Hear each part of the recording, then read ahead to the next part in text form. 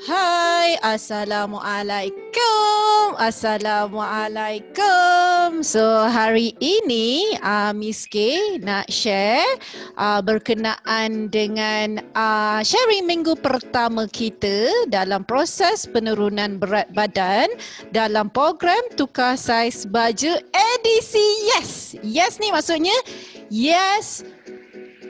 Yes, Y kan? Y, yeah. N-E, slim. So make sure dalam minggu pertama ni kita kena ada target dulu berapa yang korang nak turunkan berat badan. So jom kita belajar sharing minggu pertama. Pertama kita nak belajar cadangan resepi minggu pertama. Kita nak buat apa ni dalam minggu pertama ni? Okey, kedua bagaimana sel badan terbentuk. Okey, ketiga kenali jenis badan masing-masing dalam proses penurunan berat badan dan seterusnya kepentingan nutrisi. Okey, so insya-Allah kita akan buat perkongsian ini khas untuk semua peserta dalam program tukar saiz baju edisi Yes. Okey, kita teruskan. Alright, so cadangan resepi minggu pertama. Okay. So ini adalah menu yang kita kena tahu dulu sebelum kita bagi cadangan apa yang terbaik. Pertama, kita kena faham yang kita perlukan fiber. Okey, so ramai juga orang kat luar sana tak makan fiber. Dia tak makan sayur, dia tak makan buah. Dia susah sangat nak makan benda-benda yang macam ni. Okey, so that's why cadangan pertama dalam minggu ini kita cadangkan resepi dia. Pertama kena make sure ada fiber dulu. Okey, kalau orang tu dia tak makan fiber, start makan fiber dulu. Dalam makanan kita sama ada buah atau sayur. Okey. Kedua, make sure dalam menu makanan itu ada fat. Fat ni adalah lemak baik. Okey, so kita ada dua jenis lemak jahat dengan lemak baik. So make sure kita kena ada lemak baik. Apa itu? Lemak baik ni adalah minyak zaitun dan avocado. Okey, dua benda ni kalau boleh ada dalam meal plan waktu makan lunch. Okey, so Miss K cadangkan kalau orang tu makan dekat luar macam fiber, make sure fiber tu kita ambil banyak sayur-sayuran yang ulam-ulaman. Okey, tapi bila minyak zaitun dan avocado ni kadang-kadang sukar untuk dapat di luar. So make sure avocado ni memang kita kena beli sendirilah, jarang dekat kedai makan ada jual kan. So yang Miss K buat biasanya Miss K akan ada satu botol minyak zaitun. Minyak zaitun ni sebab dia adalah good fat. So kita akan tuang sahaja. Dan yang bestnya kalau pergi dekat restoran Arab, salad dia biasanya ada minyak zaitun ni. Yang ini yang buatkan diorang lebih cergas dan buang lemak. Sebab lemak yang ada dalam badan kita kebanyakannya lemak jahat. So untuk buang lemak jahat ni kita kena ambil lemak baik. Alright. So next, of course, benda yang jarang sangat orang makan, banyak, biasanya orang makan sikit-sikit je, iaitu protein. Make sure kita kena ada protein yang cukup. Okay, so kalau nampak dalam pinggan sini, separuh ni protein sahaja. Okay, fiber segenggam sahaja. Good fat, okay, ada. Alright, good fat pun tak banyak, tapi contohnya macam minyak zaitun tu dalam 2 sudu cukup. Kita jangan ambil banyak sangat walaupun dia adalah good fat, but jangan ambil terlalu banyak. Okay, so next. Alright, bagaimanakah sel terbentuk? Okay, so kita dah tahu dah kita nak makan nutrition yang cukup. Okay, kita nak makan. Meal plan kita dah tahu dah. Alright, so kena faham meal plan ini untuk membentukkan badan kita. Okay, meal plan yang kita makan ni, nutrition yang kita makan ini untuk membentukkan sel-sel yang baik. Alright, so jom kita tengok bagaimana sel kita ni terbentuk. Okay, sel kita ni terbentuk daripada jutaan sel. Banyak gila sel. So that's why you are what you eat. Kalau you makan benda yang merosakkan sel you, that's why you akan jadi sakit. So that's why kita ada resepi sihat, kita ada makanan yang sihat. Okay, so minggu ni kita just fahamkan dulu sebelum kita nak tukar semua benda. Okay, so bila kita makan sesuatu tu, contohnya kita tanya, adakah makanan yang kita makan ni memberi sel yang baik ataupun merosakkan sel kita? So that's why kita kena pastikan daripada pagi tu kita makan benda betul sampai ke malam. Sebab apa? Kita nak sel yang baik. Alright, so pagi syukur sangat kita ada nutrition yang terbaik di dunia. Kita ada nutrisi Herbalife, so alhamdulillah tak perlu nak risau. Makan tengah hari ni kadang-kadang kita akan jadi tersilap bila kita tak tahu menu yang terbaik. Okay, so simple saja sebab hari ni Miss K just nak share yang Miss K tunjuk tadi. Kena ada fiber, kena ada good fat, dan lepas tu kena ada protein. Dah, yang itu yang start dulu. Lepas tu barulah kita akan cadangkan apa resipi-resipi yang terbaik yang kita boleh masak. Sebab Miss K faham kat dalam sini ada juga orang yang tak boleh nak masak. Kita bagi menu tapi dia tak boleh nak masak sebab dia mungkin bekerja, lunch dia on the go. So kena ada mindset 3 elemen tu saja cukup. Okay. Seterusnya bagaimana pula sel terbentuk? Kita dah nak makan ni tapi macam ni dia boleh terbentuk? Okey, badan manusia terbentuk daripada jutaan sel. So kita ada daripada hujung kaki ke hujung rambut. So that's why apa yang kita makan ni dia akan jadi molekul-molekul yang kecil, dia akan membentukkan badan kita ni. Alright, so kita tengok kat situ sel-sel terbentuk daripada pemakanan kita, nutrition kita, dia akan jadi tisu. Okey, so tisu ni akan membentuk organ. Yang ini yang jadi cabaran bila ada orang dia tak makan benda yang untuk sel dia jadi tisu dia bila dia makan benda yang tak baik, tisu dia akan mula lemah. Okey, tisu dia akan mula lemah, organ dia terbentuk tak cantik.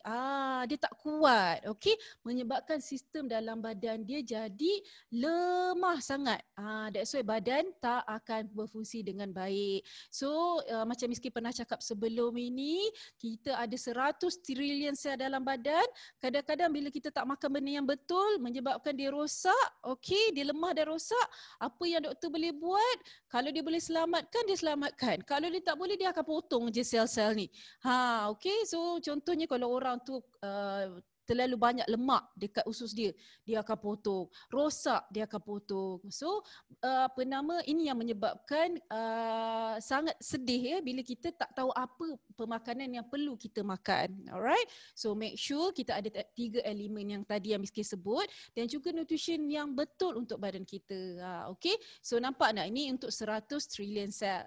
Kena ingat, kena cari makanan untuk sel yang baik. Alright, so next. Okay. So next, kenali jenis-jenis badan dalam proses penurunan berat badan. Okay. Yang ini Miss K pernah share sebelum ini. So topik yang ni panjang tapi Miss K hanya bagi mukadimah je sekarang. Alright, kita ada 6 jenis badan. Okay. So pertama adalah orang yang kurus tapi perut boncit. Dia ada 6 jenis. Okay. Tetapi yang mana satu anda? Anda kena faham dulu jenis badan. Number 1 adalah orang yang sebelum ini kuat makan makanan yang beralkohol, minuman yang beralkohol atau makanan yang beralkohol. Okey, menyebabkan perut dia ke depan, dia straight dan ke depan.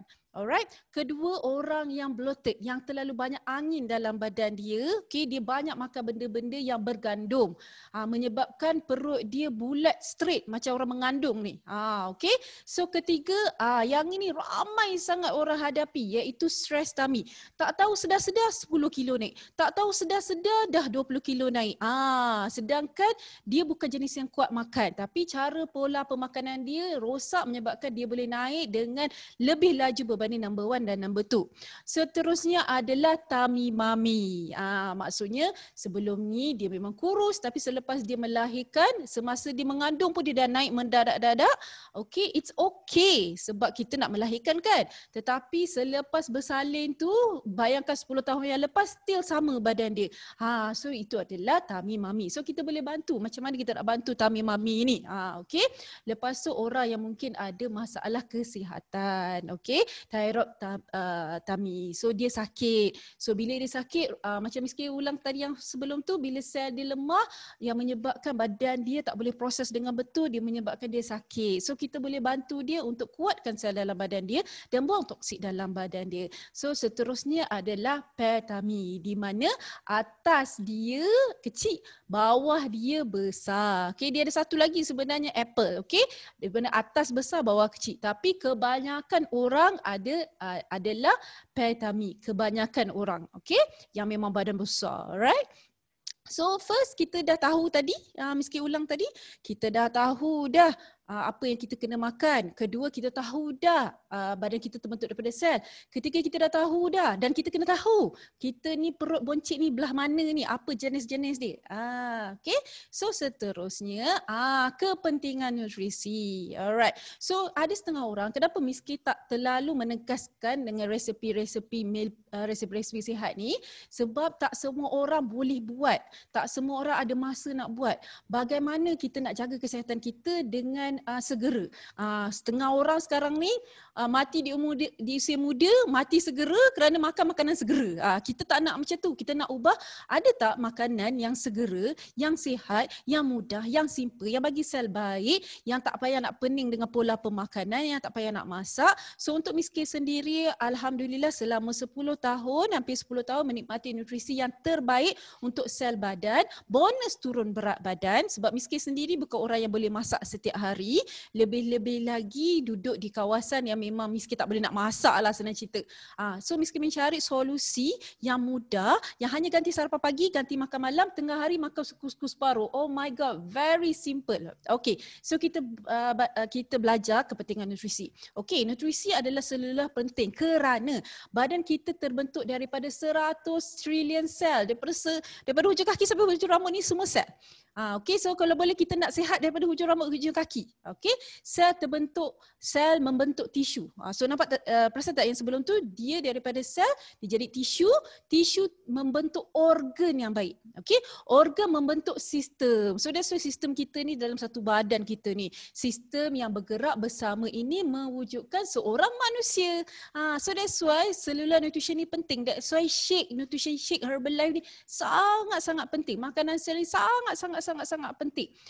Okay, elemen yang ada dalam nutrition ni khas untuk badan kita. Alright, that's why kita boleh turun berat badan, kita boleh cantik, kita boleh sihat. Alright, so next, ini adalah nutrition yang Miss K makan. Of course kita kena pelbagaikan. Ada orang tanya, Miss K boleh tak saya makan shake pagi sampai malam? Tak ada salahnya, boleh, tak ada masalah. Cuma make sure okay, kalori kita cukup, jangan terkurang kalori pun tak boleh. Dan juga kita cadangkan kalau boleh makan solid food juga. Okay, tapi kalau tak ada, maksudnya macam busy the whole day nak makan shake je, tak ada masalah, boleh. Cuma add on shake tu bagi lebih sikit. Alright, hanya makanan yang sihat. Alright, kita hanya makanan yang sihat. Nutrition hanya makanan yang sihat. Herbalife, ni disclaimer Herbalife tidak mengubati apa-apa penyakit. Okay, tetapi logik kalau kita makan makanan yang sihat, badan kita akan seimbang, badan kita akan sihat dengan semula jadi. That's why Miss K memilih Nutrition Herbalife untuk sarapan pagi dan makan malam. Okay, so tengah hari untuk minggu pertama ini Miss K hanya share, make sure ambil 3 elemen tadi, iaitu good fat, lemak baik, fiber dan juga protein. Okay, of course karbo perlu, tetapi ini 3 elemen yang penting dulu yang ada dalam badan untuk penurunan berat badan. Sebab kita ni banyak sangat makan karbo ni. Dalam shake pun sudah ada karbo. Karbo ni adalah gula untuk badan kita, untuk tenaga. Tetapi percayalah, kita dah cukup karbo dalam badan kita, dah terlalu banyak dah karbo. Makanan ni kita special mention ni terlalu banyak. So untuk tengah hari tu kita kurangkan karbo. Alright, itu sahaja perkongsian pada hari ini. InsyaAllah Miss K akan sentiasa buat perkongsian, simple perkongsian agar kita semua lebih sihat, ceria dan gembira. Itu saja untuk hari ini. Terima kasih Allah, terima kasih Herbalife. Jumpa lagi di next sesi. Bye!